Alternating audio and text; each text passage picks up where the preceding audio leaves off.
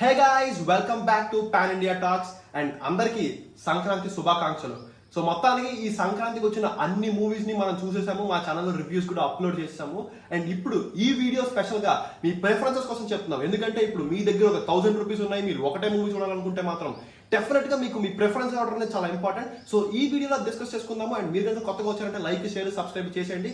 1K కి అతి దగ్గరలో ఉన్నాము. ఎలాగైనా ఈ మంత్ ఎండ్ లో మనం 1K కొట్టేయాలి. And let's get into the video. So అన్ని రివ్యూస్ పెట్టేసాం కాబట్టి నేను జస్ట్ మీకు చాలా సింపుల్ గా చెప్తానండి ఈ వీడియోలో. నా ప్రిఫరెన్షియల్ ఆర్డర్ 4 మూవీస్ ఉన్నాయి మన తెలుగులో, అండ్ ఆ 4 ని ప్రిఫరెన్షియల్ ఆర్డర్ లో పెడుతున్నాను.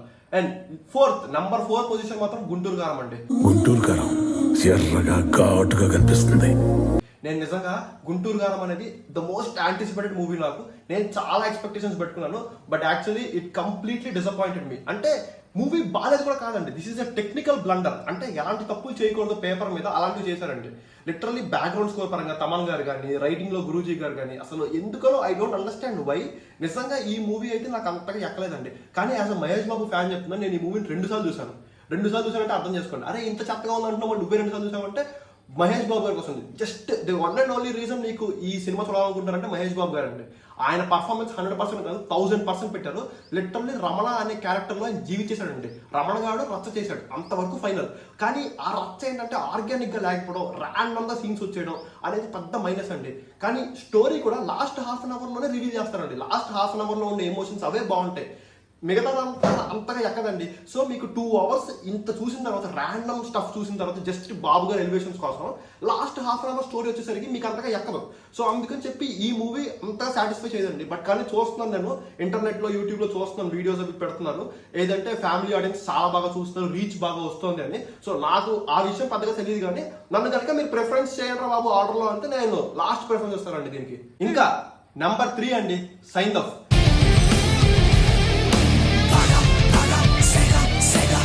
ఎందుకంటే సైందవ్ అనేది యాక్చువల్గా వెంకీ గారి 75th మూవీ, అండ్ ఆయన పర్ఫార్మెన్స్ కనుక చాలా బాగా చేశారండి. బట్ కానీ ప్రాబ్లం ఏంటంటే ఈ స్టోరీలో కంప్లీట్ క్యారెక్టర్స్ ని కంప్లీట్ గా ఇన్వాల్వ్ చేయలేదు. అండ్ అలాగే ఆ క్యారెక్టర్ ఆర్క్స్ కూడా మనకు అంతగా సాటిస్ఫాక్షన్ ఇవ్వదండి. బట్ కానీ స్టోరీ చాలా బాగుంటుంది, ఎగ్జిక్యూషన్ బాగుంటుంది, ఎక్కడ పిచ్చి పిచ్చి సీన్లు ఉండవు. సో మంచి ఆర్గానిక్ ఫ్లోలో వెళ్తూ ఉంటుంది. ఆ ఫ్లో ఎంత బాగున్నా కానీ కూడా మనకి ఆ ఎమోషనల్ కనెక్ట్ రాదు మూవీలో. ఆ ఫాదర్ అండ్ డాటర్ ఎమోషన్స్ సరిగ్గా లేవనిపించింది. అండ్ అలాగే కార్టల్ గ్రూప్ ఆ క్రైమ్ డ్రామా చేస్తారు, ఆ క్రైమ్ వరల్డ్ సరిగ్గా బిల్డ్ చేసుకోలేదు అని నాకు అనిపించింది.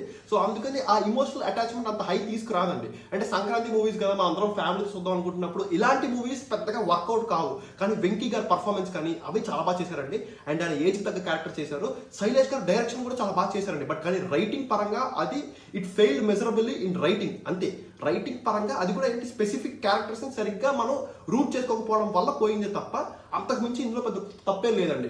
అండ్ ఇది కనుక ఒక సోలో రిలీజ్ అయ్యింటే చాలా బాగా వర్కౌట్ అయ్యేదేమో.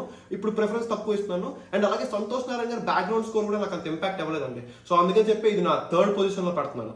ఇంకా నా 2nd ప్రిఫరెన్స్ అండి, నా సామి రంగా.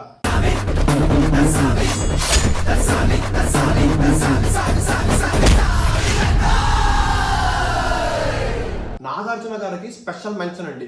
యాక్టర్ గా కాదండి, యాజ్ అ బిజినెస్ మ్యాన్ ఆయనకున్న స్ట్రాటజీ, ఆయనకున్న విజన్ అండ్ ఆయనకున్న ప్లానింగ్ కి నిజంగా హ్యాట్స్ ఆఫ్. ఎందుకంటే నాకు అసలు ఈ మూవీస్ అన్ని చూసుకుంటున్నప్పుడు లిస్ట్ లో సంక్రాంతికి ఉన్నవి సడన్ గా నా సామిరంగా వచ్చినప్పుడు నాకు నిజంగా ఎక్స్పెక్టేషన్స్ లేవండి. 0 అంటే 0 ఎక్స్పెక్టేషన్స్.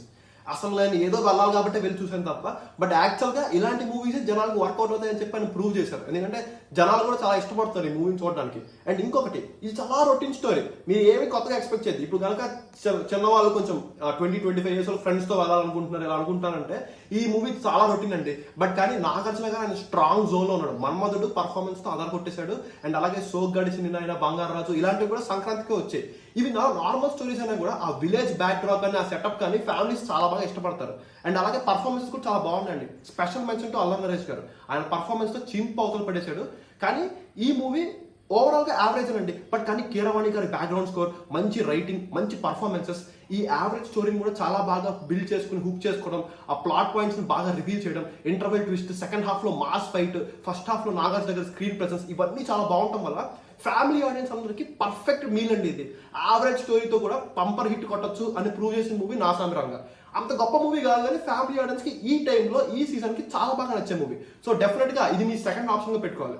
ఇంకా సంక్రాంతి విన్నర్ అయితే డెఫినెట్ గా 100కి 200% చెప్తున్నాను, it is Hanuman for sure.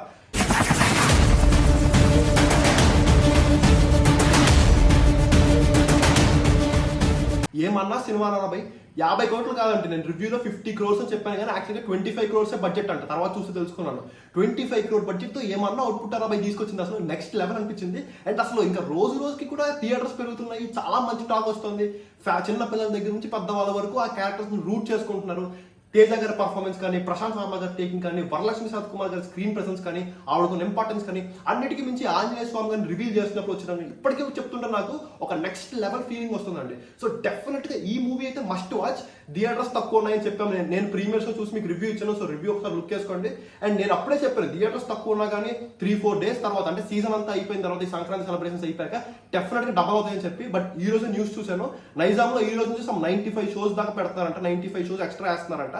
So అర్థం చేసుకుని దీన్ని బట్టి హనుమాన్ క్రేజ్ ఎలా ఉందో.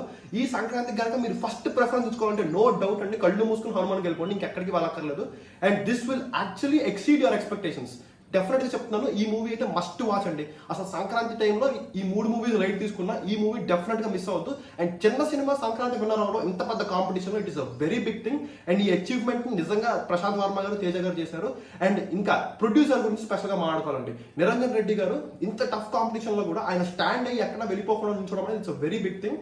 అండ్ పెద్ద పెద్ద మూవీస్ కూడా డామినేట్ చేసి జనాలందరినీ వినేటట్టు చేస్తుందంటే కంటెంట్ ఈస్ కింగ్ అని ప్రూవ్ చేసిన మూవీ ఇది. సో ఇది గైస్ ఈ వీడియోలో నా ఒపీనియన్స్. సో మీకు ఎలా అనిపించిందో కింద కామెంట్స్ లో మెన్షన్ చేయండి. అండ్ మీ ప్రిఫరెన్సెస్ ఏంటో కూడా కింద మాకు చెప్పండి. అలాగే లేటెస్ట్ అప్డేట్స్ కోసం మా ఛానల్ని సబ్స్క్రైబ్ చేసుకోండి. Thank you.